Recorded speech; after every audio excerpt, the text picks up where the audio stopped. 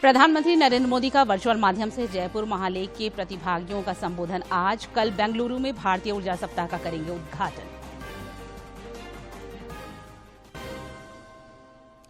केंद्रीय गृह मंत्री अमित शाह ने देवघर के आश्रम सत्संग नगर का किया भ्रमण, लिया आशीर्वाद, नई दिल्ली के लिए रवाना।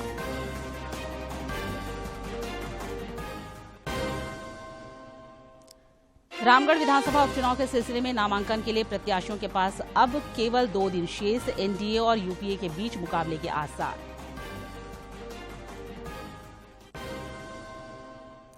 और सामाजिक समरसता के ध्वजवाहक संत शिरोमणि गुरु रविदास की जयंती आज। राष्ट्रपति और प्रधानमंत्री ने किया नमन। साहिबगंज में राजकीय माघी पूर्णिमा मेला का आज होगा उद्घाटन।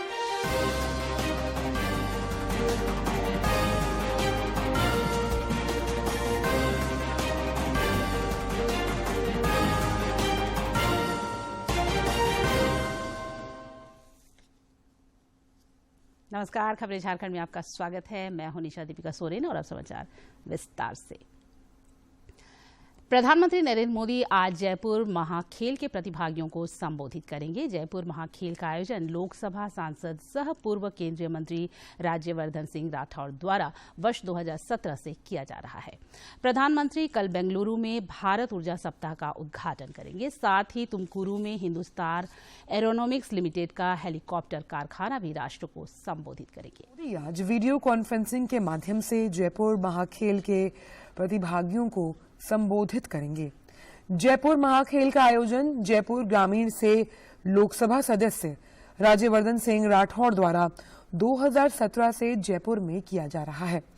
महाखेल में इस वर्ष कबड्डी प्रतियोगिता पर विशेष ध्यान दिया जा रहा है, जो पिछले महीने राष्ट्रीय युवा दिवस के दिन शुरू हुआ था। इस आयोजन में 4.5 ग्राम पंचायतों, नगर पालिकाओं और सभी 8 विधानसभा क्षेत्रों के वार्डों के 6,400 से अधिक युवाओं और खिलाड़ियों की भागीदारी देखी गई है। ये महाखेल जयपुर के युवाओं को अपनी खेल प्रतिभा दिखाने का अवसर प्रदान करता है और उन्हें खेल को करियर विकल्प के रूप में अपनाने के लिए भी प्रेरित करता है। केंद्रीय गृह एवं सहकारिता मंत्री अमित शाह ने आज देवघर में अनुकूल चंद्र ठाकुर के आश्रम सत्संग नगर का भ्रमण किया और आशीर्वाद लिया। श्री शाह अपनी पत्नी और सांसद निशिकांत दुबे के साथ आश्रम पहुंचे। देवघर का सफल दौरा कर वे नई दिल्ली को रवाना हो गए।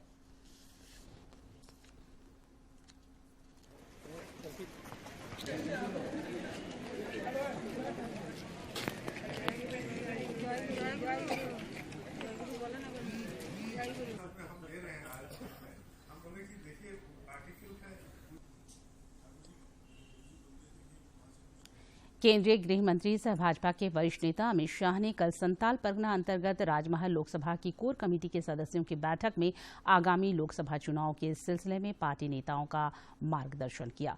मौके पर प्रदेश स्तर के सभी नेता मौजूद थे।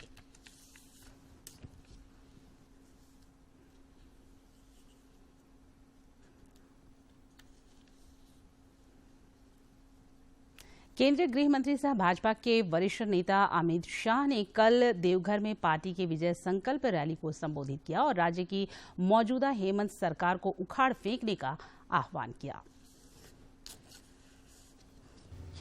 देवघर में भाजपा की विजय संकल्प रैली को संबोधित करते हुए केंद्रीय गृह मंत्री सह भाजपा के वरिष्ठ नेता अमित शाह ने भ्रष्टाचार के मुद्दों पर मौजूदा हेमंत सरकार पर निशाना साधते हुए इसे देश की भ्रष्टतम सरकार करार दिया। उन्होंने कहा कि पिछले आम चुनाव में पार्टी को राजमहल संसदीय क्षेत्र में जीत नहीं मिली थी, लेकिन साल 2024 के आम चुनाव में भाजपा झारखंड की सभी 14 लोकसभा सीटों पर जीत दर्ज करेगी। साथ ही आने वाले समय में विधानसभा चुनाव में पार्टी पूर्ण बहुमत की सरकार बनाएगी। बच्चों को गलत रास्ते पर चढ़ाकर बहुत बड़े अपराध हुए। भारत सरकार ने साइबर क्राइम के लिए जितनी भी मदद देनी चाहिए, हेमंत बाबू के कान में गुहार पड़ती ही नहीं है। आगे नहीं बढ़ते। ठीक है भाई, मत करिए। चुनाव आने वाला है 2024 में 14 की 14 सीटें और बाद में विधानसभा में पूर्ण बहुमत की भारतीय जनता पार्टी की सरकार। विकास के मुद्दों पर हेमंत सोरेन सरकार को आड़े हाथों लेते हुए उन्होंने कहा कि संथाल परगना के विकास के लिए केंद्र सरकार ने कई काम किए हैं, जबकि हेमंत सरकार ऐसा कोई दावा नहीं कर सकती।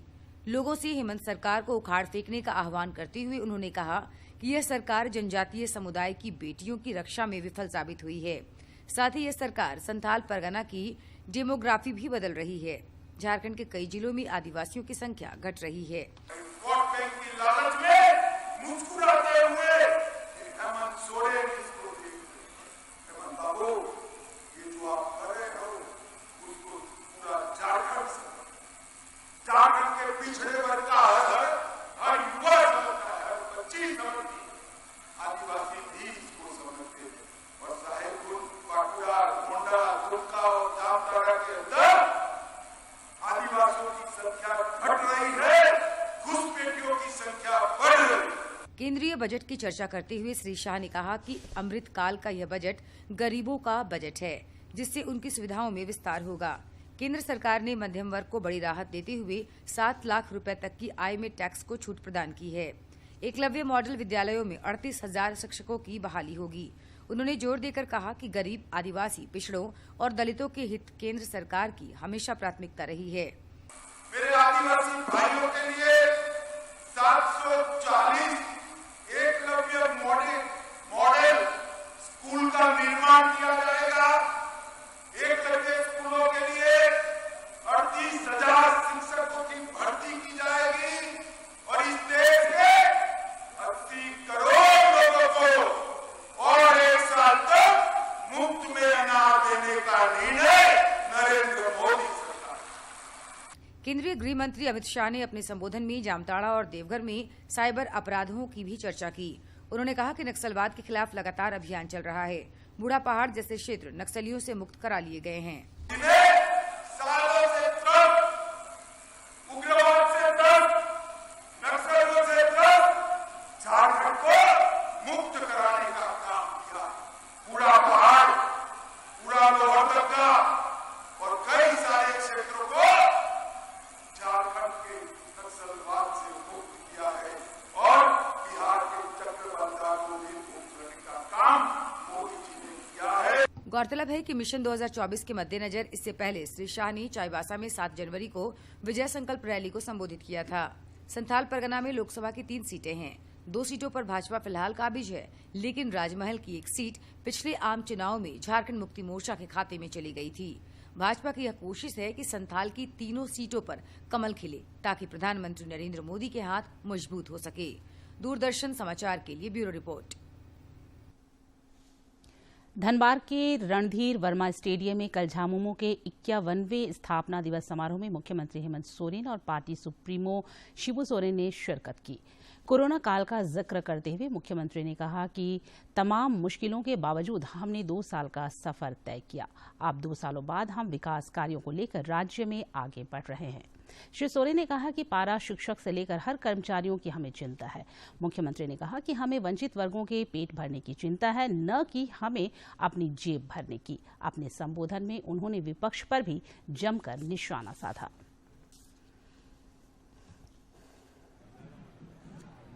अब हमारे बीच झारखंड वासियों के दिल में राज करने वाले सोरेन जिंदाबाद।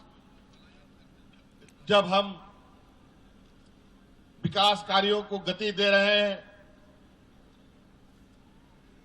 और इतनी तेजी से गति दिया जा रहा है कि इस गति को देखकर हमारे विपक्षियों के पेट में दर्द चालू हो गया है।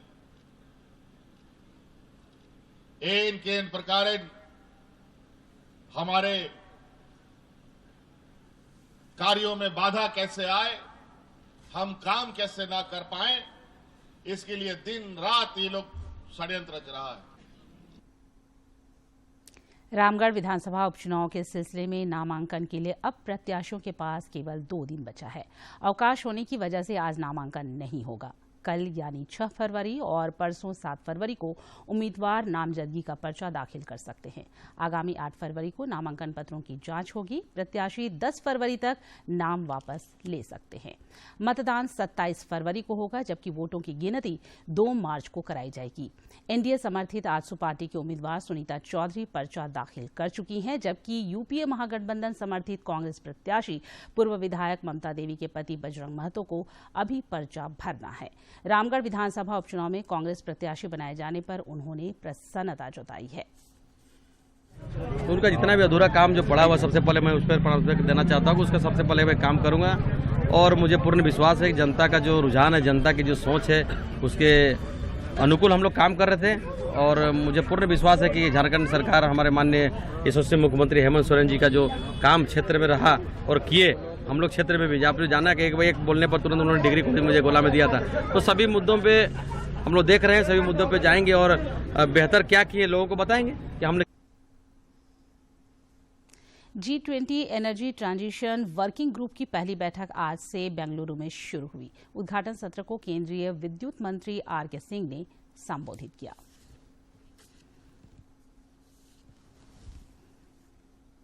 देश में प्रति व्यक्ति आय में बढ़ोतरी हुई है।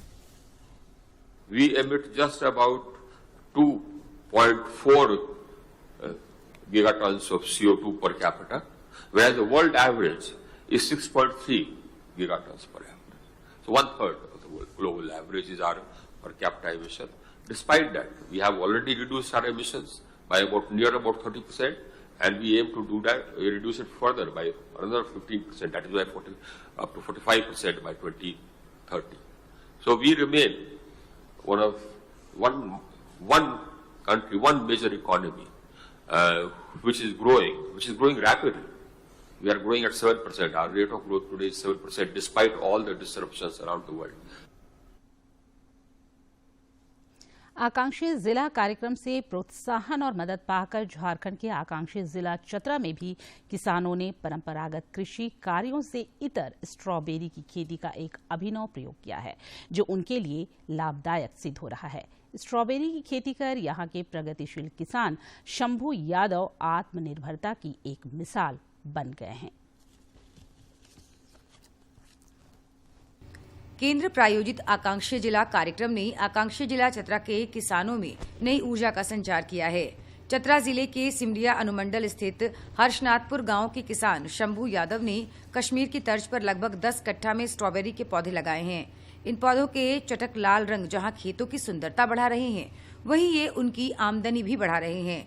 इनके खेत से निकले स्ट्रॉबेरी स्थानीय मार्केट में 200 रुपए और कोलकाता की मंडियों में 600 से 800 रुपए प्रति किलो के हिसाब से बिक रहे हैं। 600 से 800 रुपए केजी बिक्री होता है इसका। ज़्यादा लाभ इसमें ताकत होता है, खाने से जो है सो प्रोटीन बढ़ता है शरीर में, इसीलिए अच्छे लोग, बड़े लोग भी खाते हैं, छोटे लोग भी खाते हैं। महंगा कह के छोटे लोग नहीं खाते हैं। किसान शंभू यादव ने बताया कि उन्होंने कश्मीर भ्रमण के दौरान वहां खेतों में स्ट्रॉबेरी की फसल देखी थी, जिससे प्रेरित होकर इसकी खेती का निर्णय लिया। कश्मीर के स्थानीय किसानों से इसकी खेती की पूरी जानकारी ली, फिर वापस आकर मिट्टी की जांच करवाई। कोलकाता की एक एजेंसी ने स्ट्रॉबेरी के पौधे मंगवाए और खेतों में लगवाए। कश्मीर से मंगाए थे। तो परेशानी तो हुआ था हमको, नहीं यहीं पे हम लगाए, यहीं से शुरुआत किए हैं। वे बताते हैं कि पहली बार स्ट्रॉबेरी की खेती करने में उन्हें कुछ परेशानियां भी आई। कई किसानों ने उपहास उड़ाया, मगर आखिरकार उनका यह प्रयोग पूरी तरह सफल रहा और स्ट्रॉबेरी के फल आमदनी देने लगे। कश्मीर से मंगाए थे। तो परेशानी तो हुआ था हमको, नहीं यहीं पे हम लगाए, यहीं से शुरुआत किए हैं। पहले तो हमको लगा कि बहुत लोग मजाक उड़ा दिए, ये सब खेती नहीं होगा, ऐसे वैसे करके मतलब हंसी उड़ाते थे। लेकिन जब खेती हो गया तो लोगों को जो है सो उत्साह बढ़ा कि ये खेती हो सकता है। आकांक्षी जिला कार्यक्रम ने झारखंड के आकांक्षी जिला चतरा में किसानों की दशा और दिशा बदल डाली है। किसान शंभू यादव का यह सफल प्रयोग कई लोगों को प्रेरित कर रहा है, जो भविष्य में उनकी आकांक्षाओं को भी पूर्ण करने वाला साबित होगा। चतरा से अशोक तुलसियान की रिपोर्ट। गेहूं के दूसरे चरण की बिक्री आगामी 15 फरवरी से शुरू होगी। यह बिक्री ई नीलामी के माध्यम से होगी। ई नीलामी का दूसरा चरण है। भारतीय खाद्य निगम ने इस महीने की पहली और दूसरी तारीख को पहले चरण की ई नीलामी के विजेताओं को डिपो से गेहूं का स्टॉक तुरंत उठाने और बाजार में गेहूं उपलब्ध करवाने के निर्देश दिए हैं। उपभोक्ता कार्य, खाद्य और सार्वजनिक वितरण मंत्रालय ने कहा कि गेहूं की ई नीलामी से गेहूं और इसके आटे के मूल्य में कमी आएगी। राजधानी रांची स्थित सूचना भवन सभागार में आकाशवाणी के प्रादेशिक समाचार एकांश द्वारा प्रशिक्षण कार्यशाला का आयोजन किया गया। इस मौके पर आकाशवाणी रांची के केंद्रीय निदेशक दुर्गाचरण हेम्ब्रम, पत्र सूचना कार्यालय एडीजी अखिल कुमार मिश्र, समाचार एकांश के प्रमुख अब्दुल हमीद, संवाददाता शिल्पी, समाचार वाचक पूनम किरकिट्टा तथा भारतीय सेवा के सेवानिवृत्त अधिकारी नीरज नाथ पाठक और क्रिस्टोफर टेटे समेत अन्य अधिकारी और कर्मचारी मौजूद थे। इस मौके पर अंशकालिक संवाददाताओं और कैजुअल न्यूज एडिटर तथा कैजुअल समाचार वाचकों को समाचार संपादन, समाचार प्रेषण और समाचार वाचन के संबंध में कई टिप्स दिए गए। और अब कुछ खबर राज्य के विभिन्न जिलों से।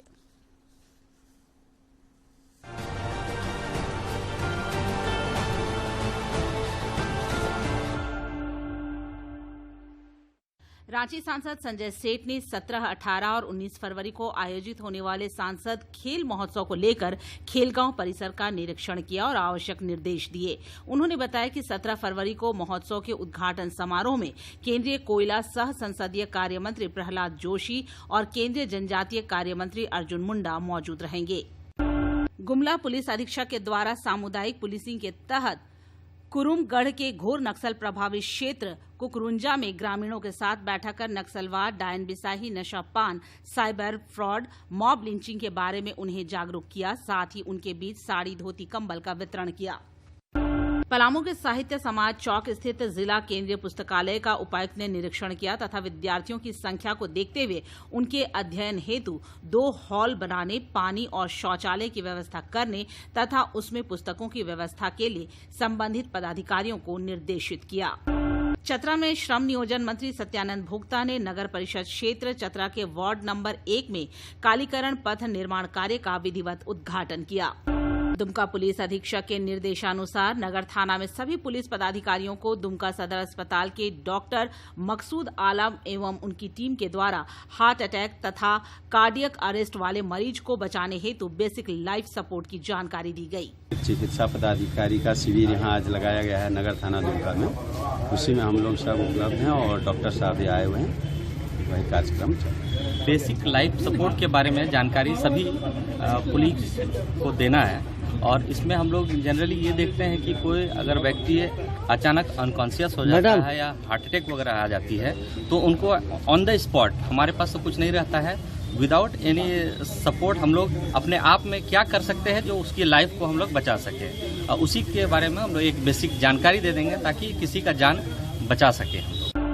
खूंटी जिले में औषधीय और सगंध पौधों की खेती को बढ़ावा देने के उद्देश्य से उपायुक्त ने मारंगदाहा के आसवन इकाई का उद्घाटन किया। उपायुक्त ने कहा कि मारंगदाहा में प्रसंस्करण केंद्र विकसित कर ग्रामीणों के समेकित विकास को संबल प्रदान किया जा सकेगा।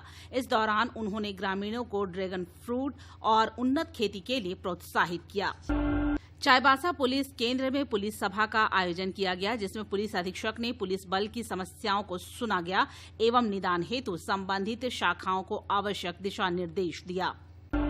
सांसद संजय सेठ ने प्रधानमंत्री ग्राम सड़क योजना के तहत चिलदाग से सिमलिया तक लगभग 2 किलोमीटर सड़क के मरम्मत कार्य का शिलान्यास किया।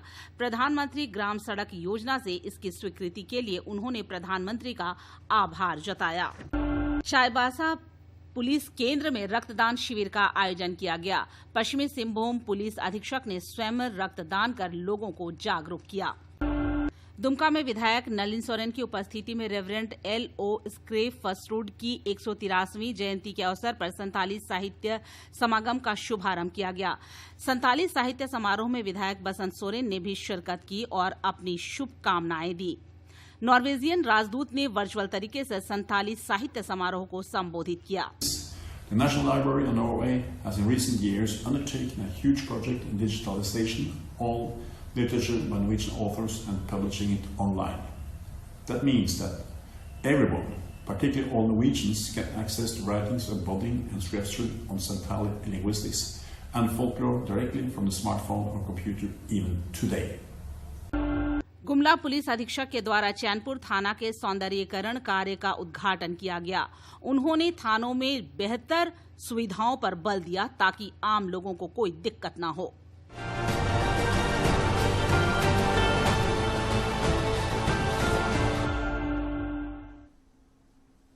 जमशेदपुर के कल्चर सेंटर सोनारी में Karim city college faculty of education द्वारा 6 एवं 7 फरवरी को 2 दिवसीय ट्राइबल कल्चरल फेस्ट का आयोजन किया जाएगा।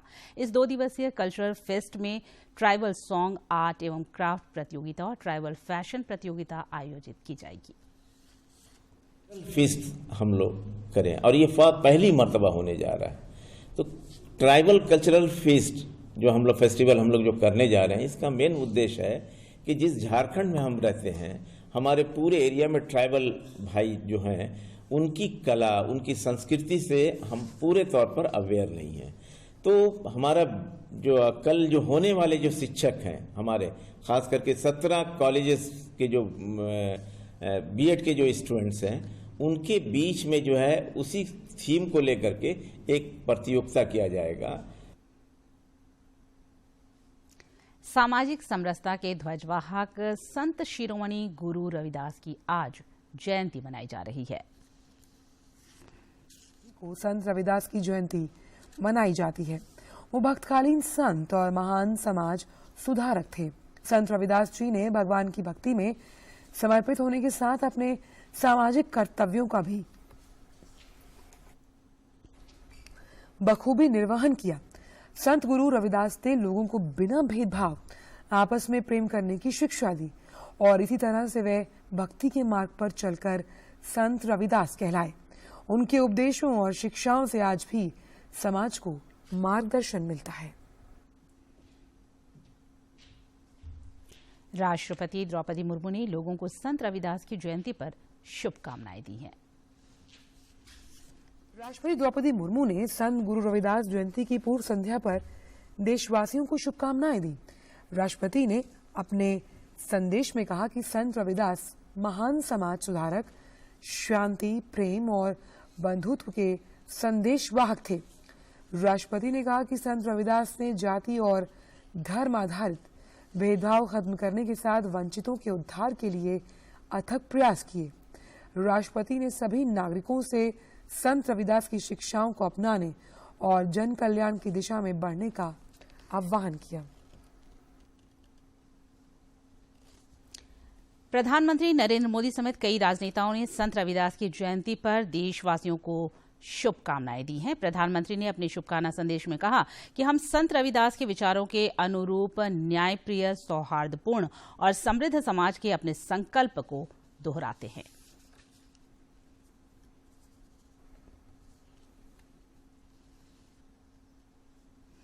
माघ महीने की पूर्णिमा के अवसर पर गंगा घाटों पर श्रद्धालुओं की भीड़ उमड़ पड़ी है। लोग गंगा में डुबकी लगा रहे हैं। उधर वाराणसी में श्रद्धालुओं ने आस्था की डुबकी लगाई।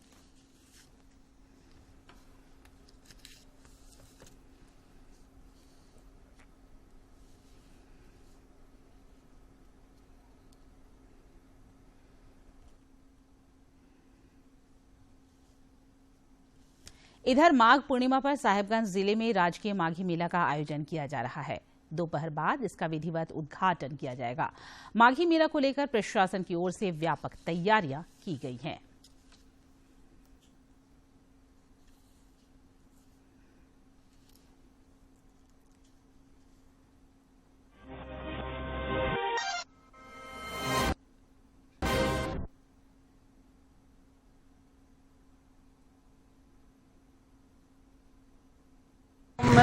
जटिल धर्म है, तो ठाकुर जी से हम लोग विश्वास है, इसलिए गंगा नहाने के लिए गंगा माई के पास माघी पूर्णिमा में प्रति साल हम लोग आते हैं पूजा करने के लिए, जल चढ़ाने के लिए।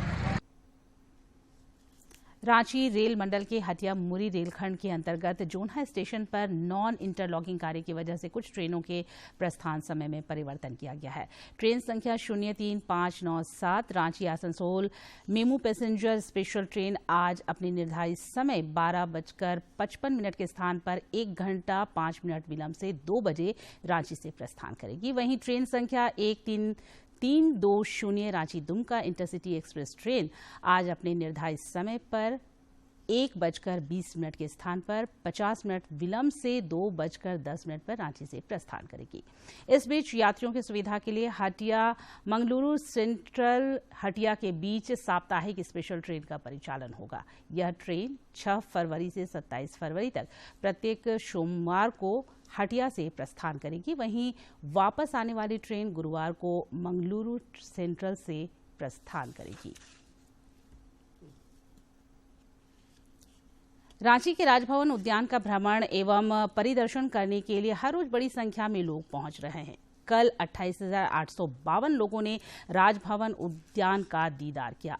राज्यपाल के निर्देश पर राजभवन उद्यान आम नागरिकों के लिए 31 जनवरी से 7 फरवरी तक खोला गया है।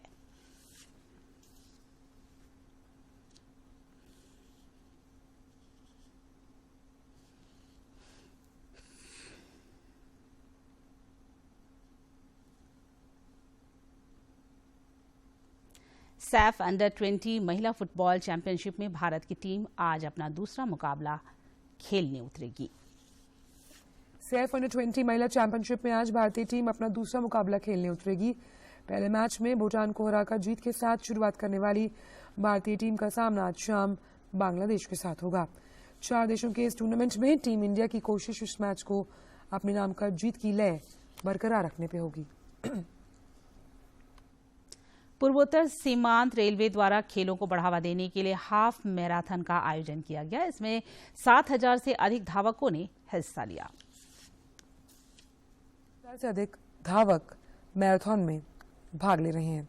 खेल मंत्रालय के राज्य मंत्री निशित प्रमाणिक ने कहा कि इस मैराथन में 7,000 से अधिक धावक शामिल हुए, जो कि कई राज्यों में इसमें एथलीट भी आए हैं। वहीं प्रधानमंत्री के फिट इंडिया मूवमेंट को ये मैराथन साकार करती है। पूर्वी सिंहभूम जिले में स्ट्रॉबेरी की खेती से किसान जहां अच्छी कमाई कर रहे हैं, वहीं अब यह ग्राहकों को भी काफी आसानी से उपलब्ध हो पा रहा है। पूर्वी सिंहभूम जिले में मुख्य रूप से 2 किस्म के स्ट्रॉबेरी की पैदावार अच्छी होती है। पहला विंटर डॉन, दूसरा स्वीट सेंसेशन। पूर्वी सिंहभूम कृषि विज्ञान केंद्र की वरीय वैज्ञानिक सह प्रधान डॉक्टर आरती बीना एक्का ने बताया कि क्षेत्र के किसान स्ट्रॉबेरी की खेती कर अच्छी आय जुटाने में कामयाब हो रहे हैं। स्ट्रॉबेरी की 2 किस्मों को लगाया है, एक विंटर डॉन है और दूसरा जो है किस्म वो स्वीट सेंसेशन है। मैं जो देख रही हूँ कि हमारे पूर्वी सिंहभूम जिला के लिए स्ट्रॉबेरी काफी फायदेमंद हो सकती है, लोगों को अच्छा मुनाफा दे सकती है। डॉक्टर आरती ने बताया कि पूर्वी सिंहभूम कृषि विज्ञान केंद्र में किसानों को फल फूल और सब्जी के बारे में प्रशिक्षण दिया जाता है।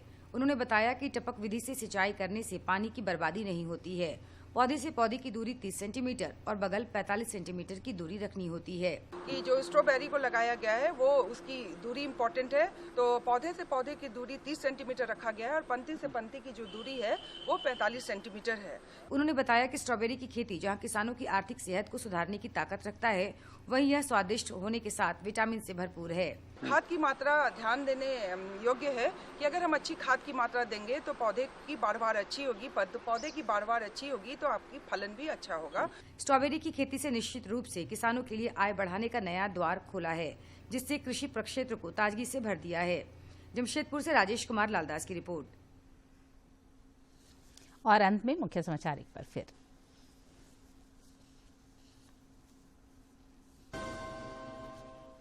प्रधानमंत्री नरेंद्र मोदी का वर्चुअल माध्यम से जयपुर महाखेल के प्रतिभागियों का संबोधन आज। कल बेंगलुरु में भारतीय ऊर्जा सप्ताह का करेंगे उद्घाटन। केंद्रीय गृह मंत्री अमित शाह ने देवघर के आश्रम सत्संग नगर का किया भ्रमण, लिया आशीर्वाद, नई दिल्ली के लिए रवाना।